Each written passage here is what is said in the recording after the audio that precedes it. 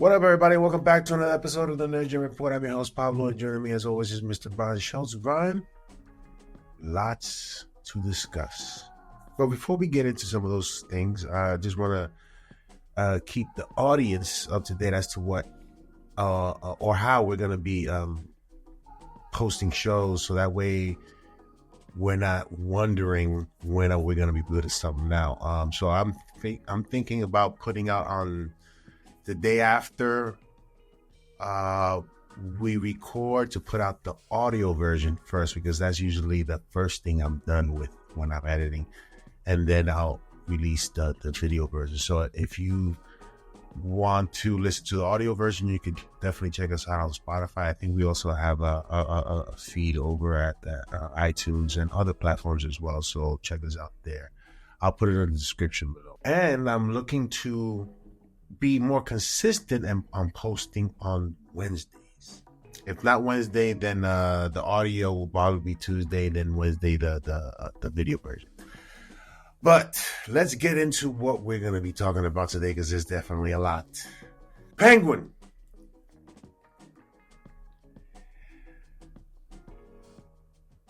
It was very much anticipated as to how this was going to end. We had our discussions on who would survive, and I'm gonna do a little part. I'm gonna try to do a little montage, right? Boys to Men. It's so hard to say goodbye. Put some pictures of him and Oz chilling, and then because I was like, oh snap! And then my wife was very clever in figuring out what was happening, especially with Sophia. Brian, what did you think of the episode? And what did you think of that signal at the end? I thought it was an appropriate finale for what has been a consistently spectacular show. I think they paid off the key themes of this show to deliver, at the end of this show, the Penguin. Like, that's what this was. It was about the rise of Oz Cobb. But in the end, in an emotional, meaningful, disturbing way, we got the Reeves-verse version of the Penguin. And I have no other way to describe it.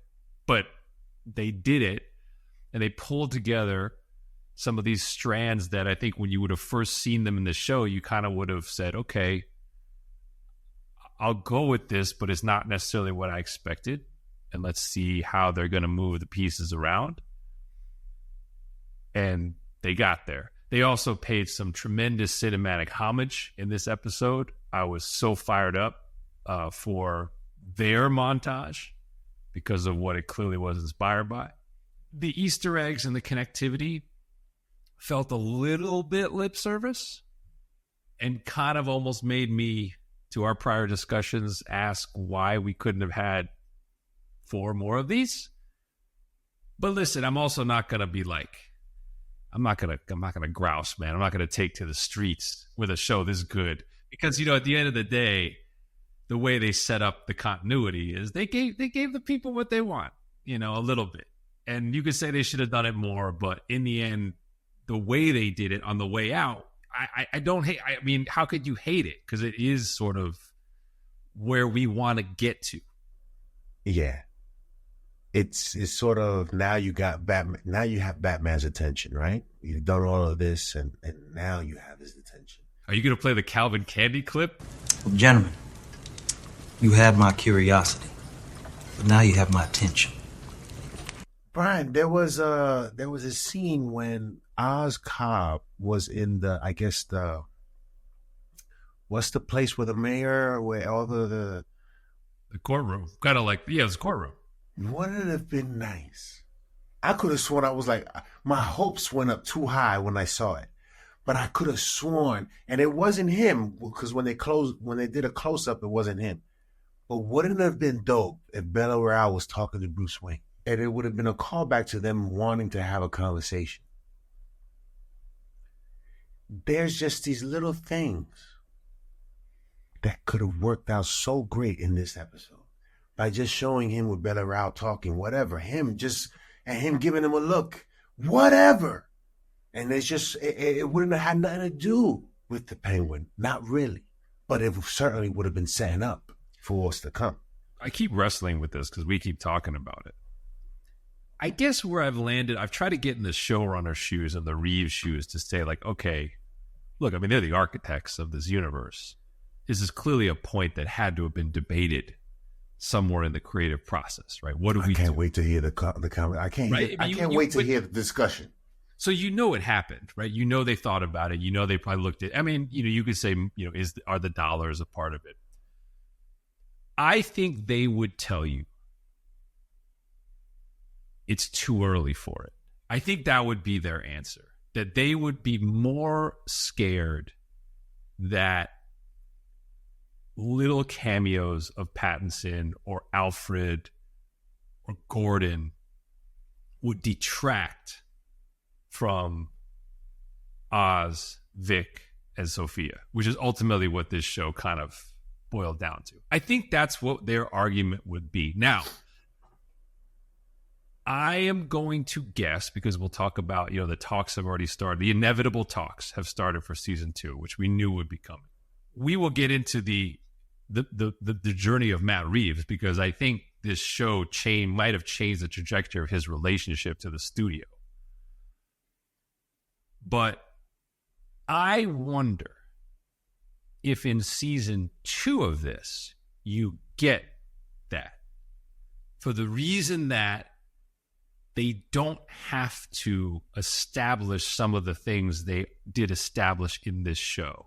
And if season 2 is somehow still connecting us to Batman 2, or if, I don't know if this will be the way they do it, but if season 2, let's say, leads into Batman 3, let's say they do it that way, they wait longer,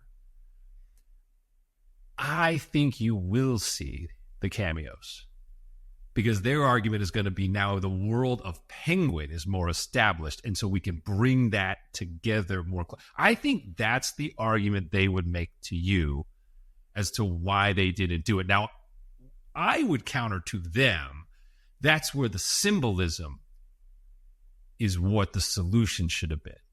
Fine, you don't want Pattinson there to distract, you don't want Andy Serkis there to distract, or Jeffrey Wright, then I would say give us the tech, give us the symbol in the sky, give us the non-physical manifestations of Batman to remind us that he's a step ahead and he's thinking through. That, to me, would not have distracted. And we've talked about it before. That would have been my counter to the Yeah, discussion. and we've talked about it before, where conversations from thugs would have been happening that just briefly mentioned all this, you know what I'm saying? Whatever it is. And again, even that, you don't have, Pattinson wouldn't that even have to have spoken in that scene where Oscorp looks up and Bella Real is there, and this other figure who isn't Bruce Wayne, but could have easily been Bruce Wayne and not said a word. Yeah, I would have pushed back. I would have had, give me just one. Just one. That's where I say, even like, that scene, that perfect would have been perfect. Not the that's what very end. I get it. There's other characters. That's what I'm saying. Send Alfred. Like, have Alfred cameo. That we know who he's repping, right? Yeah. If Gordon's the cop in one of the scenes, you know who he's talking to, right? So there are ways to get at Batman without it being Batman. Yeah, I just think that would have been their answer to you, is we wanted this distilled to the purest form of this character, and then we'll connect it more overtly in Batman 2. And then, like I said, I am curious in the second season, because that is going to happen. They've already signaled it. And Colin Farrell, by the way, has completely changed his tune on the PR circuit. I watched 2 interviews he gave the other day. There's clearly been some phone calls on the back end after he kind of let his emotions go, and I don't blame him. He's been in his tune is like a 180, which tells you, that we happy. exactly. Yeah. So, but getting back to the emotion of the finale, though, I want to ask you about how did you feel about, because I think they're equally important. How did you feel about the resolution of the relationship to the mom? Like the way they kind of really elevated that to drive home a point and then brought it to a head in that opening scene of the finale. The opening scene of the finale is Rex Calabrese talking to his mom, right? It's the combination of the flashback Yeah. of the mom realizing and knowing that Oz killed his brothers, and Rex offering these sort of door number one, door number two. I can put them on the payroll. We could take them out, like all this sort of stuff, right? And yeah. The way they set that up and revealing the true feelings and having Sophia orchestrate that whole thing was just, it had me in suspense as to what's going to happen the next second. You ask yourself at what point, once you understand that she already knew, you wanted to find out at what point did she change her mind. There was some glimmer of hope that she had in him based on his, what we call in the hood, game. He's had it since he was young. It's crazy, the two worlds. The worlds that people create for themselves. In one world, his mom, that tear she's shedding is realizing that she's trapped and that she's going to be in the state she didn't want to be. It's just wonderfully done. All he wants is this acceptance from his mom, the words of encouragement, and now he's never going to get it. And then the more disturbing part, he's having this girl. It's crazy, yo. Well, that's a whole other thing, yeah. Yeah, and I would say this before. I want to hear what you have to say about it. They're making it so that when the Batman does get his hands on him, that we want Batman to beat his ass, but how and why? Because Batman's not going to know all of these details, right? Batman is going to probably see him as he saw him before, someone who he has to perhaps talk to get some information. The points I would raise about that sequence at the open. So first off, shouts to Ryder Allen, who plays young Oz. That is not an easy thing to do. And he did an amazing job. What's his name again? Ryder Allen, name of the kid who plays young Oz. I mean, talk about being twisted, like innocent, but, clearly, got a real nasty streak to him. The monster, as they said. I thought there were a couple of things that stood out in that scene with the mom, though. So number one is a question, which is this: who is Julian Rush really? And how much of what we were seeing from the mom's perspective was an actual flashback versus a special compound drug-induced like hallucination? I think that's actually a question that's not totally answered. Like we're led to believe what we're seeing is a true flashback, but there are those moments where it does feel like it's been manipulated a little bit by the good doctor, who obviously people have speculated might be Hugo Strange. Mm-hmm. Although that particular sequence probably evoked more Jonathan Crane in some people's minds. But anyway, I found myself asking that, like I'm feeling like I was being shown something that wasn't 100% true flashback, whereas some of the other flashbacks we knew were, history, fact. So that was the way I interpreted that, though, was whatever state that she was in, where she was thinking back to that time, was interrupted somewhat. Similar to how Days of Future Past, something in Wolverine, the whatever was happening was interrupted. And she was coming back to reality, and I think Rush was just trying to put it back into state to keep going. Because when we're going into this flashback, I'm led to believe that they're talking this out while we're seeing the actual vision of what she's explaining. Fair. So number two is, I think the main purpose of that scene in the end is to show, really for the first time in the show, the only sequence where Oz Cobb is truly unnerved and panicked is when he perceives his mom as vulnerable. Like, watch his emotions throughout that. He is begging the entire time for mercy. He's completely out of character that we're used to seeing. Yeah. Which I think the whole point of that is to drive home what comes later when he embraces the full Penguin persona. Because that's the vulnerability, and you're seeing it. And he realizes in that moment he's weak. That entire scene knows he's weak. He knows he's at the mercy of his captors. And then ultimately it's his mom who shivs him. But I think what you see is he's just so discombobulated and he's just so desperate. But then you see the third thing, which is he retains the survival mode. He won't admit it. He's willing to let her finger be cut off. And you see Sophia's reaction, wow, you really were going to let her go down like that. And you see that throughout from the young Oz all the way through. He just has that code of, in the end, it's about clawing your way to the top, no matter how many bodies over which you have to do that. I was watching Screen Crush, and he mentioned that he almost sort of admitted it to Vic, which we'll get into in a moment, but didn't really elaborate on it. Go ahead. So, but you see his expression where he's he's thinking about it, and you see that flicker of conscience, and he's clearly unnerved and he's out of sorts, and then it's just it comes back over, and he just won't do it, and he just reverts to, what are you talking about? He just won't do it. But I think that whole encapsulation is critical balance. I think if you don't have that, the end doesn't carry as much weight. It is not as jarring. Yeah. Because his expressions in that scene are completely different.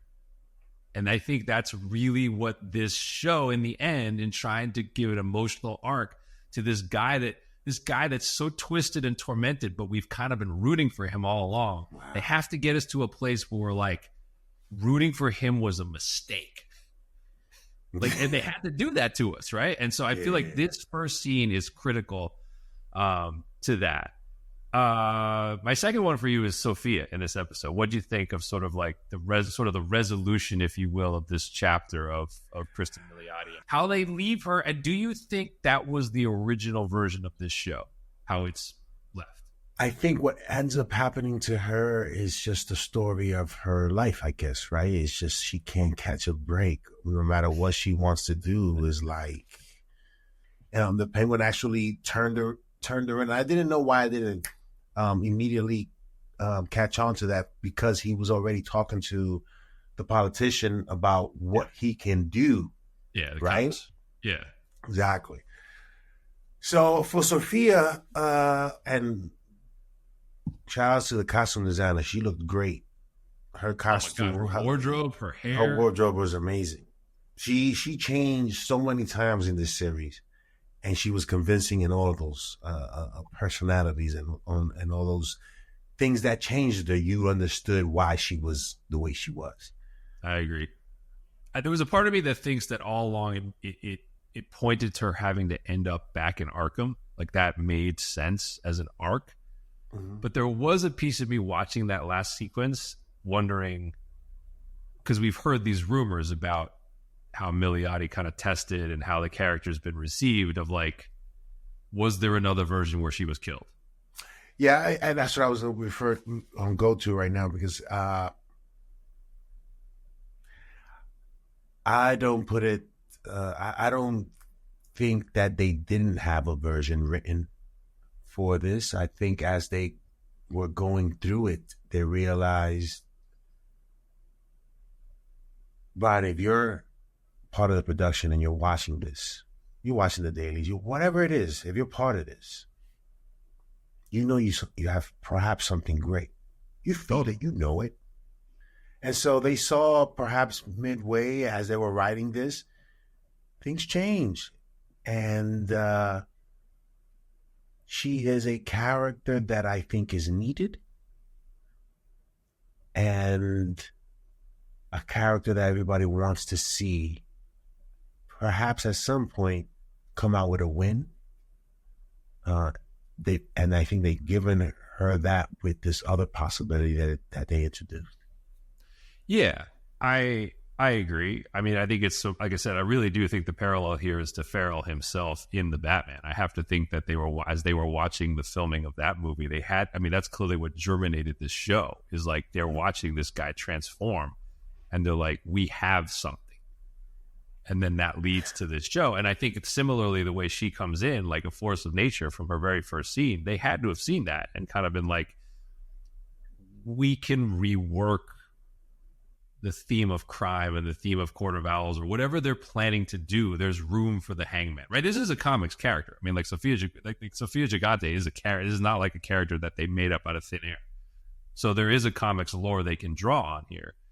And then you're right. They set up the obvious connectivity back to Selena Kyle, which was kind of an obvious sort of elephant in the room in this show of like, they spent time on Carmine's, I don't know what to call it, his sort of sick fetish or whatever it was, and you obviously know from Zoe Kravitz's act in the first movie, like there's real damage there, and then so they tie that in, and then obviously I think as you're sort of watching Sophia, and you're kind of like, we're seeing her as this foil for Oz or for Sal, but you I don't know how you don't watch that and not imagine her as a foil for Batman too someday, to be like, could she mastermind some kind of twisted scheme against Batman? And especially if Julian Rush is Hugo Strange, then like all the more reason that you've got sort of like this alignment of Batman villains against him at some point. So I don't know, like it gives you possibilities. How much you pull on it, who knows? Was the 8th episode her best episode? I don't think so. I actually think the 4th episode was her best episode. Her episode. Yeah. There's a lot of episodes that are great in this series. For her, the 4th episode is great. For Penguin, he has his episode where he's magnificent as well. There is, and I'll use the word that stuck into my mind when I first saw the movie, The Three Amigos, and a plethora of possibilities. It's hard when you're watching or when you're producing something like this and you're watching the dailies and you're watching the progress of this show and you're seeing, again, you recognize greatness and it's hard to be like, oh, this is just going to be one season. You can't, especially knowing what you missed out on. And like you said, they're not going to do it twice. Well, I want to do like a little like Olympic medal stand or podium before we leave this show. I think she got clipped at the wire though. I want to go through it as far as who, like if you were to give a gold medal, silver medal, bronze medal for performances in this show, I actually think she got clipped in this show by just a hair. By Oz? Nope, by Vic. I think Vic got her at the wire on this one because I don't know what you think, but I thought this was an amazing episode for Vic. Oh yeah, the speech. Yeah, you're right. Yeah, yes. The machinations leading to honestly the last scene. Which if you don't feel something in that last scene, I don't know what you've been watching because it's heart wrenching. You realize what's about to happen, but his progression. Paying off, this stuttering kid from episode 1 to this. I mean, it's one of those Renzi Feliz. It's like, I'm almost like, I know we kind of have killed the classic Robin thing, but I'm kind of like Jason Todd. Could he be Jason Todd? Could we do that? Could we bring him back for the Near Dead to be Red Hood? Because he's so good. It's a shame to lose him if we really don't get any more Victor Aguilar in any form. Because I thought this was a tour de force from him in episode 8. And everybody, Victor said that this dude, he was just a character. He played a good character.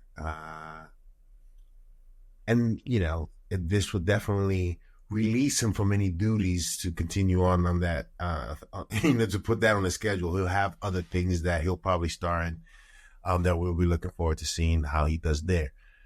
That is the thing that people are talking about the most. It was hard. It was like, damn. And then you start thinking about, like you said, how all of what happened prior to this and how this just makes sense for who he is. And he realizing he has to adapt. And to adapt, he has to realize that, having people that are close to you, having that vulnerability, I can't have it. And when he said that F word, if Vic would have just said, well, what we doing next? I think he would have survived. Instead, he went into some sentimental stuff. Yeah, he's a family. With the second he said, you're like my family. And like, and to me, like that's such a more powerful way for Oz to become the Penguin. That's what I mean. When you watch Farrell's expression, that entire scene, he's in complete control. He's not panicked. Even though he says, he admits that he kind of has the feelings, he's completely glazed over because he knows what he has to do. It is so Michael Corleone, it's ridiculous, right? It's that moment where Michael Corleone becomes the Godfather, and his expression, he like loses the emotion. That to me was, it's amazingly disturbing, but it's also just really good storytelling to make you believe that this sort of seemingly silly idea of a character, right? The Penguin is kind of silly. Hat, umbrella, so that when you get the Rolls Royce and you get the suit and they show you the hat and they show you the umbrella, that's not really what you see. Like what you see is the essence of the Penguin. And it's like, and now you're like, I rooted for this guy. Like, where's Batman at? Like, this guy needs to go. Like and that's the point. Like, and that's the whole point of the payoff. Which, by the way, I do need to, speaking of The Godfather, the montage of the killings is straight out of every Godfather movie. That is literally a scene in all three movies where they do the whackings. Yeah, and they show you as the main characters are driving or doing something else, they cut like to these individual killings in rapid succession.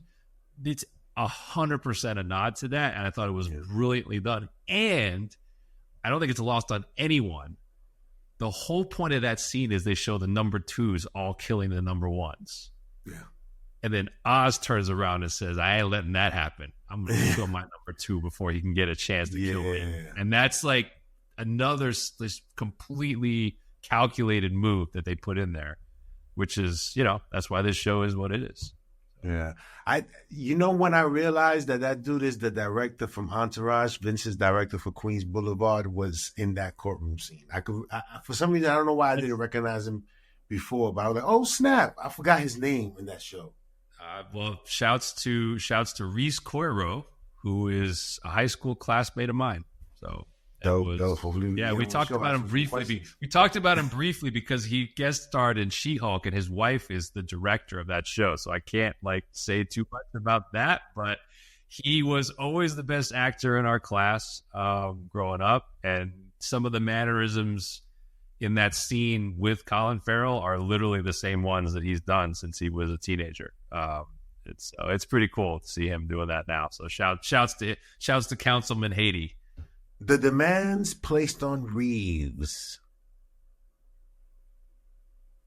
Oh wait, hang on. Before we leave it, do you want to rate the show and then I want to say gold, silver, bronze. If you said, because I think it's obvious who the top three are. So if you said Farrell, Milioti, and Renzi Felice, who won the show? Who finished second? Who finished third? I would say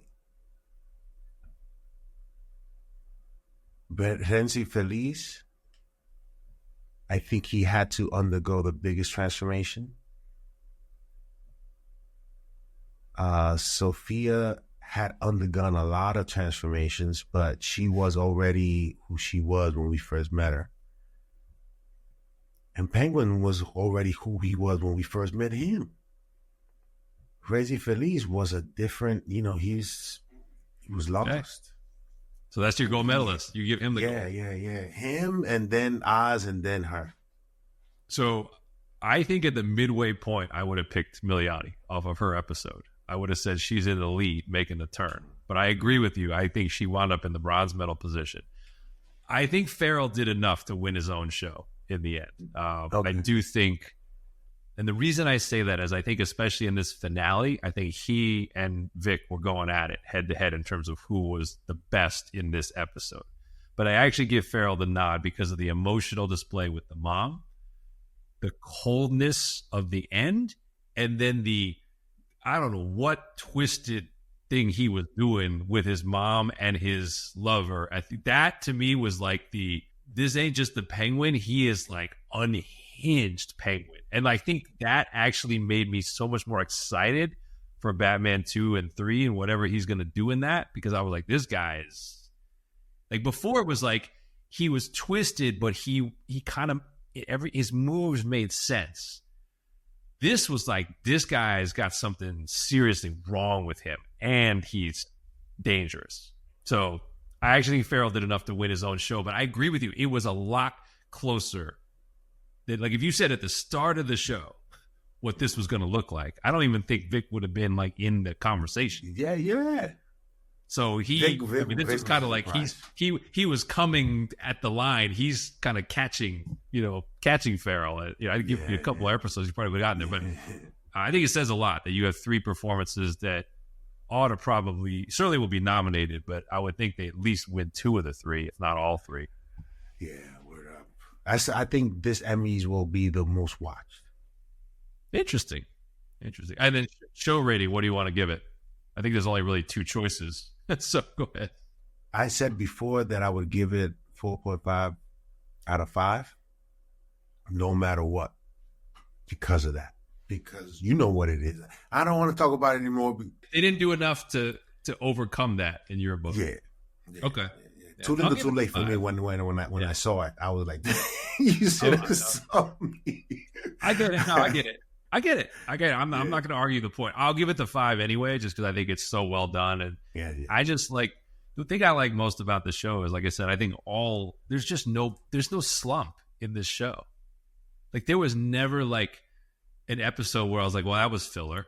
Like, there was never 15 minutes in an episode where I was like, well, what a waste. We could have been doing something else. You know what I mean? Like, it is rare. That's why we'll talk about Andor, but like, it is rare when you have a show that can go wire to wire, where I feel like every scene and every minute works.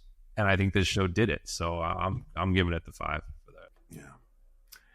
Yeah. Let us know in the conversation below what you guys thought of the Penguin series ending, what you thought of the bat signal at the end. Brian Reeves.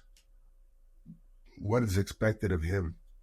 Coming off of the Batman Part 1, they were all about Matt Reeves, right? Which is why this universe was created effectively with his guidance. Mm-hmm. And then it kind of felt like the relationship almost soured a little bit. Like, it kind of felt like they were starting to maybe say, okay, your Elseworlds let you finish your trilogy. That's nice. Your other shows, we're going to kind of scrap those and repurpose them. You can finish the Penguin. We'll see how that goes. And now it's like the Penguin has become this eventized, prestige TV show. And they're like, hey, Matt, what else you got, man? What else? What else you got? we need more shows in Gotham. What's up? Like, that's what it feels like all of a sudden. So, word up. Then Killer Croc, what's up?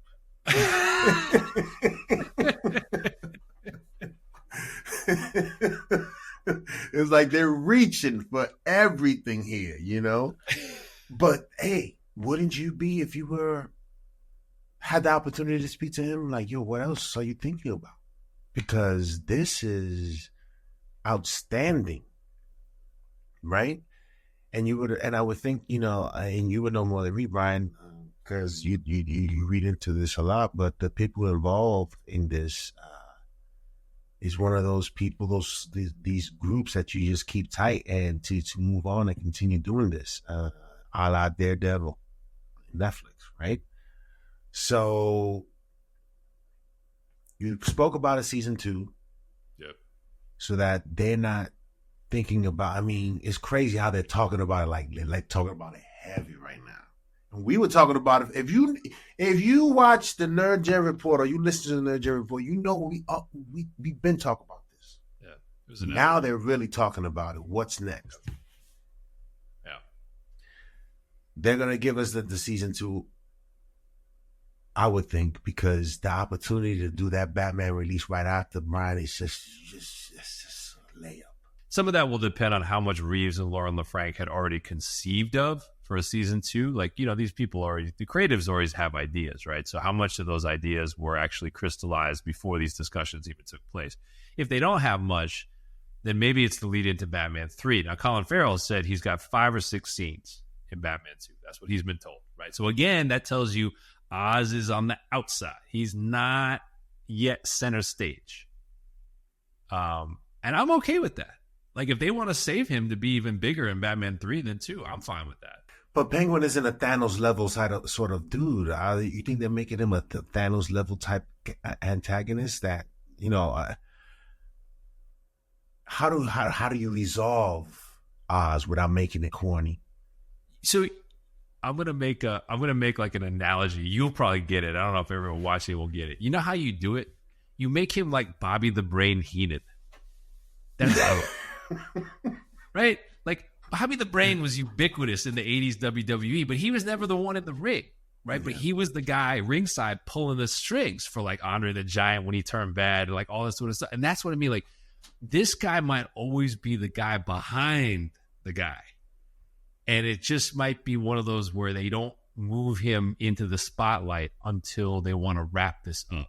Because it might be that whatever Bruce's arc is in this trilogy, it'll lead to other villains. We know that. And maybe it's Cordell's Hush, whoever, like all these other things. But in the end, he might have to solve Oz on some level, because Oz now holds the keys to crime in Gotham. And so you may not need to have a punching match, right? That's not really what we want to see.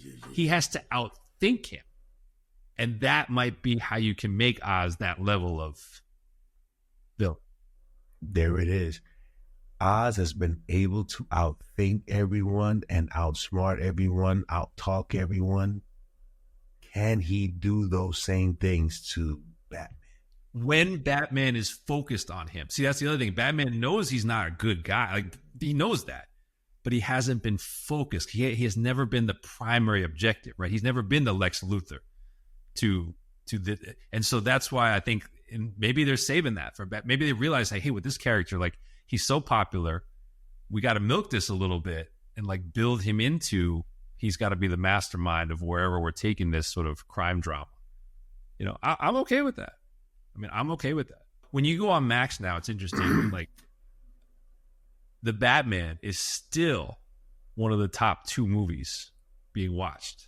Like, I've checked every week since this show has come out. It has never been lower than number 2 on the most watched movies label. So don't tell me the studio is not going to try to take advantage of that in some way if they do a season 2. Matt Reeves, his door is getting knocked on a lot. And emails and texts and all this stuff. And he's probably never gotten this much attention before, even with his success. I mean, like I said, Farrell now, when you watch him, you can find it. Stuff he's done. Just Google's interviews he's given in the last like 2 to 3 weeks. He is now singing the praises of the makeup. He's singing the praises of the costume. He's saying how wonderful it was, and he didn't do anything. He just showed up and sat there, and he's like, yeah, I saw one the other day. He was like, in hour number 3, he's like, they'd see me tapping my fingers against my knee, and they'd know that I was getting a little squirrely, and they'd have to reassure me. He's like, but it was so amazing when I saw what they did in the mirror. And like, we happy? Yeah, we happy.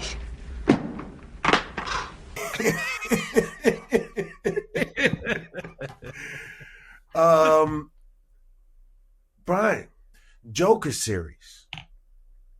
What is this talk now? I just want to put this out there. If you found the Penguin a bit disturbing, at what level would you be taking the Joker if he did it, if he had his own series? Because the way they're setting this up, and they could set this up, is to have these series that at the end of the day, Ryan, what we want is for Batman to get these guys. How's he gonna get it? Hopefully it's not Dark Knight Rises where, you missed one and he kicks the dude and it's over. You remember that scene? You with missed Joseph one. And Gordon-Levitt that you missed. yeah, the spot. yeah. And he kicks her. It was just a stupid. I was like, Chris, what are you doing? Anyway, it can't be nothing like that. So the intrigue there is, how is Batman gonna get after these guys? But Brian, Joker series, is this something that I know you said were jokered out. Yeah. But on the strength of the Penguin and the possibilities, and again, the level of craziness, hardcoreness, and drama, and viciousness, whatever it is that whatever adjective you can describe the Joker as, can they level that up? And should they level that up? And at some point we're going to be interested in the Joker. How do they approach this? This is just a rumor, correct? So I'll give you the James Gunn's response to this, because he chimed in. I think this would be a mistake. I think the failure of Folie à Deux actually will kill this before it starts. I don't think it will happen. And James Gunn, at least for the moment, we don't take everything at face value here, but at least for the moment, weighed in and he said, I don't know where this came from. This is not something we are considering. This is not something we have ever considered. And I would note, it's James Gunn who weighed in to say that, right? Because technically the Barry Keoghan Joker is part of Matt Reeves' universe. It's not DCU. So it is interesting that Gunn, as the overseer, kind of said, this is not a discussion and has never been a discussion. So here's the reason I think it's a mistake, and I don't think it will happen. Part of the reason the Penguin works the way it does is because the character was kind of backdoor piloted in the Batman. And then there's the forward momentum of this show connecting it to Batman 2 with these successive payoffs that we expect we'll get for this character. If you start the Barry Keoghan Joker in the Reevesverse now, how is that possibly going to pay off? Where is that arc? You don't have the time, right? So you're going to give him a season and then what? Now he's going to have how many scenes in Batman 2 or 3? Like, you just run out of space. He doesn't fit what they're building here. And this is why we talked about, for the crime drama and the battling kind of war in Gotham, I get it. The Crown Prince from crime is who he is, but like, he's kind of not the right outlet. That's why stuff like Hush, I don't know if it'll be Hush, but stuff like that makes more sense, because for this world, that type of villain kind of fits as like the arm or the face or the muscle of these families, more so than the Joker's chaos. I don't see it, and I do think Folie à Deux matters, because that movie failing so spectacularly and people reviling the character, I think the studio will be hesitant to just throw another Joker in the mix. That's why I asked that question, man, some time ago. Even though perhaps it still may not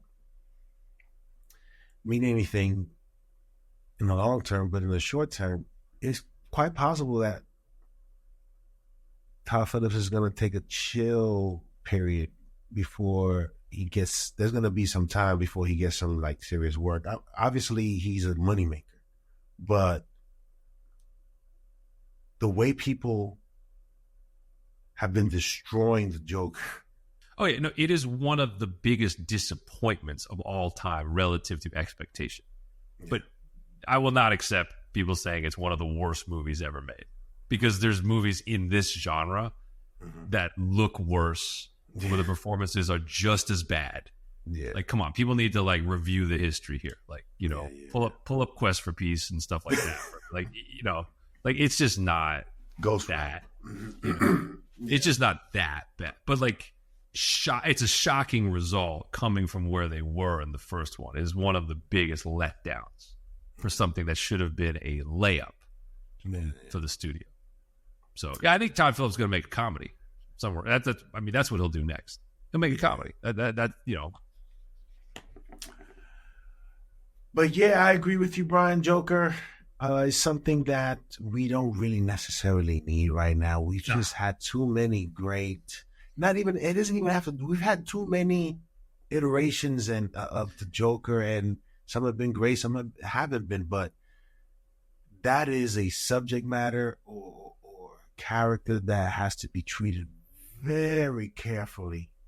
So the Leto Joker was not successful. Joaquin's Joker started out really successful and winds up kind of with a mixed... I mean, you can't take away the first one, right? I mean, the guy's got an Academy Award for it, but the totality of the work, his legacy took a hit on the second one. But then, that's what I'm saying, that we don't need another live. And then on top of that, we've got a couple of Harley Quinns, right? Like Margot Robbie did a good job, but audiences didn't respond to it. Lady Gaga, people didn't respond to it. We just don't need those two right now. That is true. But I think what people would be more curious about is, what is the Joker in Matt Reeves' world? And that is the question that they're asking of every other Rose Gallery. What is he in this world? In the Riddler, we weren't disappointed in that rendition, right? The Penguin? What are we talking about here? I think it'd be tough for Kyogen to... Yes, it would. Farrell. Yes, it would. Because Farrell definitely was different enough from Paul Dano, and I don't think anyone's going to... I think Paul Dano did a really disturbing, nice rendition of the Riddler, but Colin Farrell's in another. Oh, yeah. Right, that's not a comparison. That's what got his own show. That's not a comparison at this point. What's my theory? Why is he in there at all? So, I think the Joker will be part of the ending of this trilogy. Because these things never end. Yeah. And the reality is this is Batman in year 2. So you know that Reeves is not going to leave this the way Christopher Nolan did, with the idea of like Christian Bale's Bruce Wayne has actually left the alter ego behind. Yeah.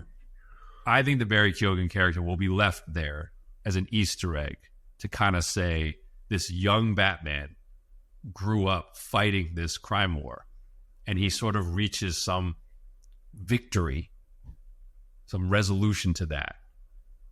But he will now be ready to take on the Joker in some future thing that Matt Reeves right now does not plan to make, but the studio will someday offer him whatever he wants to make.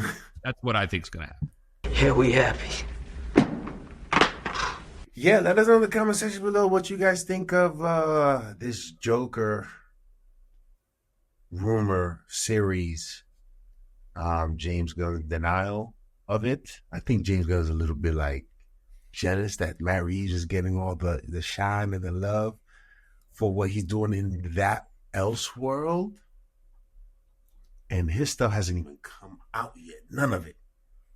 Like I said, I think the conversations are always fluid, right? I mean, the fact that Matt Reeves is Elseworlds and not part of the DCU now doesn't mean he can't be part of it later as a different, I will point out, there will be another version of the Joker, which everyone will be excited to see. That's the one in Cape Crusader Season 2. That one we are excited to see. And I think when you see that one, the way they've set it up, you might be asking for a version of that in live action at some point. Yeah. I'm telling you, I think Matt Reeves is feeling a certain way because people are excited about...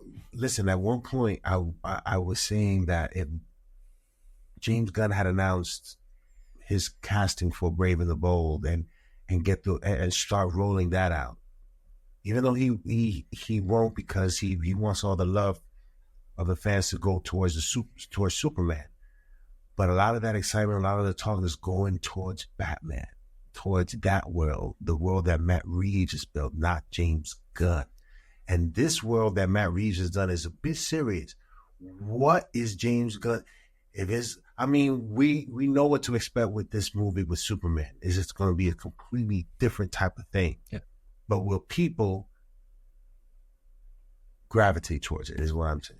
I think James Gunn's job is harder in that sense. I think Superman is a harder character to make relevant and beloved and not silly in the way that Richard Donner was able to do, in the 1970s. We're not in the 1970s anymore. So I think it's harder to do that. I think Batman, through the years, we've found that you can do Batman and people typically respond to it, right? We've even said, like, as flawed as the Snyderverse was, like, Affleck as Batman is not bad.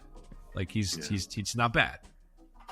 other than Clooney, Batman has typically resonated in different forms, you know, and it's kind of work. It's Superman's been much harder to capture. And so I think definitely. so I think in some ways, like, Reeves did something really original with his world, but he did it with a character that the degree of difficulty for success is a little bit lower. Like, it's just Batman sells, you know, and Superman kind of doesn't, right? So I think what James Gunn is trying is harder. I also think, look, in fairness, Matt Reeves has spent so much time in this world.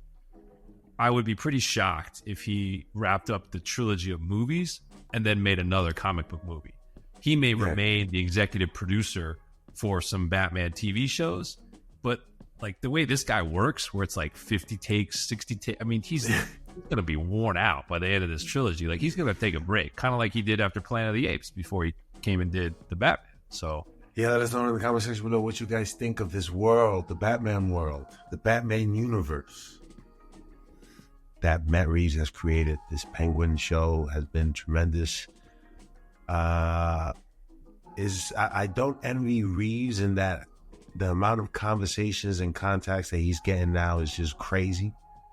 The asks are getting crazy, and there's just a lot of conversation about this world and how it fits in. For me, how it fits into, and it doesn't fit into James Gunn's world, but will it interrupt the excitement for his world? I don't know. Let's see. Superman will tell the tale. Let us know in the comment section below. We'll see you next time on the Nerd Journey. The show goes on!